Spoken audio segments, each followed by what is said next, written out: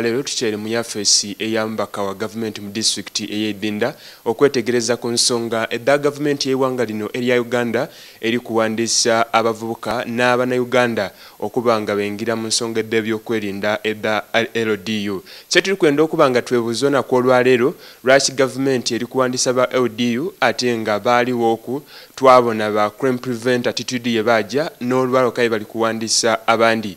Njija kubanga negeta kumbaka wa gavumenti omwami Eric Sakwa asobola okuba atenga abaku nibyatwinonola. Owekitibwa oli live ku Baba TV twandenze okuba nga tutegeera gavumenti mwawandisa ba crime preventers abaswika mu bukaire 10 twabona ba LDU abasooka titwidi bonaona ye bajja lwaki kai muvireyo okuwandisa ba LDU ku mulundi guno. Ba crime preventers abawandisiwa omulundi guli yali initiative ya police teyali initiative ya maje era abantu balina okukimanya nti omulundi guno LDUs abali kuwandisibwa bali wansi wa maje UPDF era control center yawe eli wansi wa maje naye bali bobuziza nga omanyi nti ba crime preventers luli balonda bulonza abaana era villages ba LOCs ba waya amanya g'abaana oluusi ne training tebagenda training emala bulungi kyovola banti complaints zavaayo okwemulugunya kwavaayo nga bagamba abano ba crime preventers ate bekobana n'ababbi ba crime preventers era be babbi bennyini ba crime preventers batulugunya abantu kale ebyo byonna byajja kubanga tebafuna okutendekebwa okulungi naye enkola eriyo olwaleero ba LDU bano bali wansi wa maje bavugibwa ku teeka lya maje nti owa LDU bwe bagenda okuwandika oba oli gwe bawandiika ng'akola kasita bamuvunaana nga basinziira ku teeka lya maje. RDC toli kwenda okutukoba nti ekibinda ekyaba crime preventer ekyasooka buti mwash dropping ekyo kyali ky'abaana nga wenkugambye nti baali abaana nga tebanaba kutendekebwa bulungi kwegamba bajja ebiseera ebyo okuyambako embeera kubanga waliyo gap nti mu police baali batono ng'ate ebikolobero bingi ate twali mu kaseera ak'okugenda mu kulonda nga omanyi kale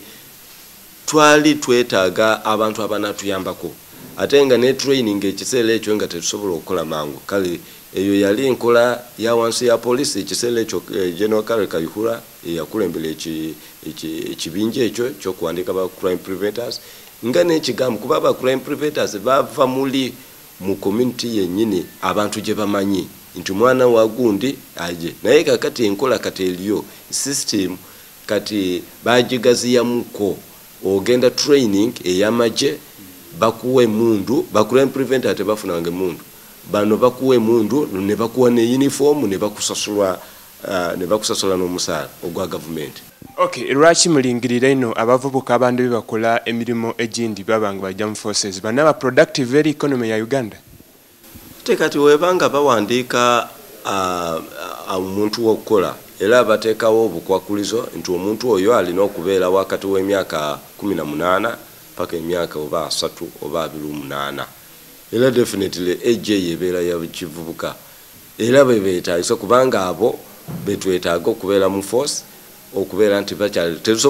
tetusobola okuwandika bazeeyi emyaka 7 myaka 8 kati oyo anaakola ki kale fwe target government kyeliko era world over buli wamu abavubuka be balinnyo okumwanjo era tulina okumanya nti abavubuka bano abasinga tebalina mirimu era ekyo kiba kijja otuyambako okukola absorption oba okuabsorbinga bano abavubuka abatalina mirimu kuba bangi era tuli kutunuulira ku gundi turn up eri kuvaayo nga baagala emirimu gino. Waliwo kwa assumption nti muli kuwandisa maji aimwa koba nti muli kuwandisa LDU n'ekindi nti muliteekateeka balijja ku makalu buli kazi kuliwo kajjateekateeka muwandisa abantu bano kituufu kati nga wenkugambye eno section ya maje bali wansi wa maje bayinza kubanga si maje kubanga training y'amagye ate yo yennyini nga UPDF ye etwala ebbanga ddene emyezi 9 oluusi n'omwaka naye bano bagenda kutwala emyezi 3 bano bagenda kubeera controlled wansi w'amagye kubanga ebintu bye bagenda okukola bya kinamagye okugeza okukwata emundu uniform gye bagenda okwambala ne orders ze bagenda okufuna zigenda kuviira ddala mu order y'amagye naye akalulu kolikuga of course nga wetuteekateeka kati okugenda mu kulonda 2021 tumanyi nti waliyo abantu abangi abeeteeseteese okuleeta ki obuvuyo mu byobululu era ekyo kibeerawo buli mwaka gwe bagenda okulondera kati bano banaatuyambako ekyokubiri tulina ensonga ya insecurity mu bibuga ebyenjawulo wetugenda wano e Kampala yo bategayo LDU era ekitundu kigenda nga kiterera koko wano mu Jinja tukaba ababbi bano ba street kids ababise biso ebugembe yowawa buli wamu era twetaaga abantu ngabo babeere nga batuyambako. Okay, ndoza exembayo abantu bano abali kudanga ni batendekebwa bamaliza nga bali dropped nga izashi bali kola tibafuke insecurity eri eiwanga. Well, omuntu abela dropped silowooza nti government webanga mutadde mu sente ne mu traininga ne muambaza ne mu sasula omusaala of course wali abempisa ensiifu bali abasobola okubeera nti babagoba kaso empisa eyitira not goberera amateeka bulungi of course bakugoba naye silowooza nti bajja kuvaayo bagambe nti kati LD yonna mwena omulundi gumu muveeyo kubanga already gundi eyo eri budgeted component eyo ya LD eri budgeted ne government parliament yayisa sente eri budgeted kale is just like any other for okujjako nti ekiseera nga kituuse nga bagambye abamu kubonga bagambye afe tukoye fe twagala kuwumula of course kuwumula then naye okudroppinga silowooza nti ekyo kisobola kubeerawo oli kukola comparison nabali be badroppinga ba crime preventers naye nga wenkugambye nti crime preventers ekisooka abo bajabuza okuyambako just embeera eriyo naye tebaali nti bali under amagye oba UPDF nti baze okubeera nga babatendeka.